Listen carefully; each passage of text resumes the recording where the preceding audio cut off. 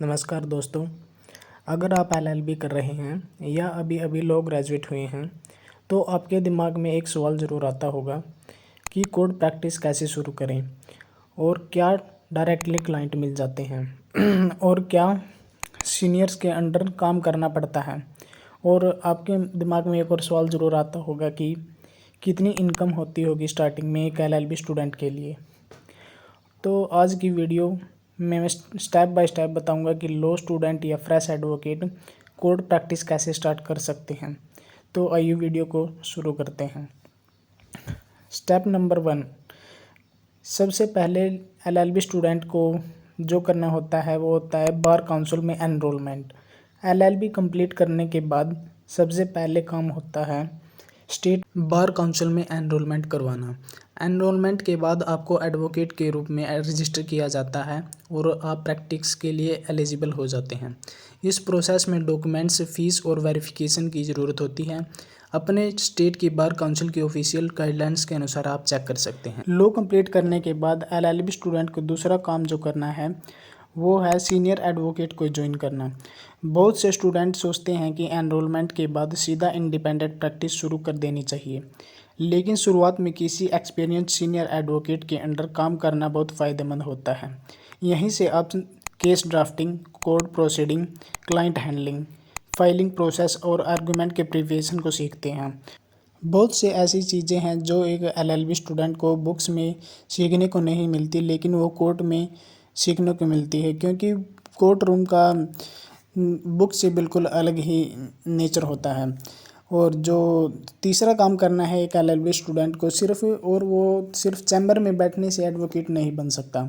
उनको daily court room के अंदर जाना चाहिए। जज किस तरह प्रोसीडिंग कंडक्ट करते हैं, सीनियर एडवोकेट किस तरह आर्गूमेंट करते हैं, उनको ये सब देखना चाहिए। ये ऑब्जर्वेशन आपकी प्रैक्टिकल अंडरस्टैंडिंग को बहुत स्ट्रॉन्ग बना देती है। और अगला काम जो एक लॉ स्टूडेंट को करना है उसको अपनी ड्राफ्टिंग स्किल को बहुत अच्छा करना होगा। एक सक्सेसफुल एडवोकेट की सबसे इम्पोर्टेंट स्किल ड्राफ्टिंग होती है, जैसे bail application, notice, written statement और एफिडेविट्स। इन सब को ड्राफ्ट करना सीखना होगा। आज के टाइम में ड्राफ्टिंग स्किल आपको दूसरे एडवोकेट से अलग बना दे सकती है। और उससे अगला कार्य आपको करना है कि क्लाइंट का ट्रस्ट जीतना पड़ेगा। शुरुआत में क्लाइंट्स कम मिलेंगे, ये नॉर्मल बात है, लेकिन जो क्लाइंट आए उसके साथ प्रोफेशनल बिहेवियर आपको रखना बहुत ज़्यादा ज़रूरी है।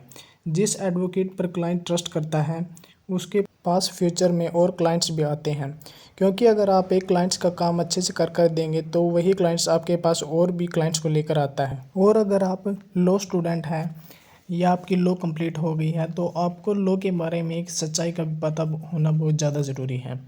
एक बात यह भी सच है कि कोड प्रैक्टिस में शुरुआत में इनकम बहुत कम हो सकती है, लेकिन कुछ लोग तो जो 6 महीने में अच्छा कर लेते हैं और जो कुछ लोग ऐसे होते हैं जो 2-3 साल उनको लग जाते हैं। लेकिन जो एडवोकेट कंटिन्यूसली सीखता रहता है और मेहनत करता रहता है उसकी ग्रोथ ज़रूर हो जाती है।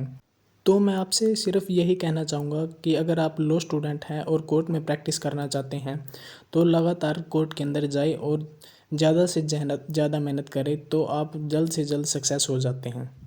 और अगर आप लॉ के बाद कोर्ट के अंदर प्रैक्टिस करना चाहते हैं तो आपको सबसे पहले बार काउंसिल में एनरोलमेंट करवाना पड़ेगा। उसके बाद आपको किसी सीनियर के अंडर आपको सीखना पड़ेगा। उसके बाद आपको सबसे ज़्यादा ज़रूरी काम है जो कोर्ट ऑब्जर्वेशन सबसे ज़्यादा ज़रूरी है। और एक अच्छे वकील बनने के लिए आपको ड्राफ्टिंग स्किल आनी बहुत ज़्यादा ज़रूरी है, क्योंकि जिस दिन आपको ड्राफ्टिंग बिल्कुल अच्छी तरह से आ गई तो आप उसी दिन बिल्कुल अच्छे वकील बन जाओगे। तो दोस्तों, अगर आप लॉ स्टूडेंट हैं या नए एडवोकेट हैं तो कमेंट में ज़रूर बताइए कि आप किस ईयर में हैं। और ऐसी ही प्रैक्टिकल और लीगल गाइडेंस के लिए चैनल को सब्सक्राइब करना ना भूलें। मिलते हैं अगली एक नई वीडियो में। धन्यवाद।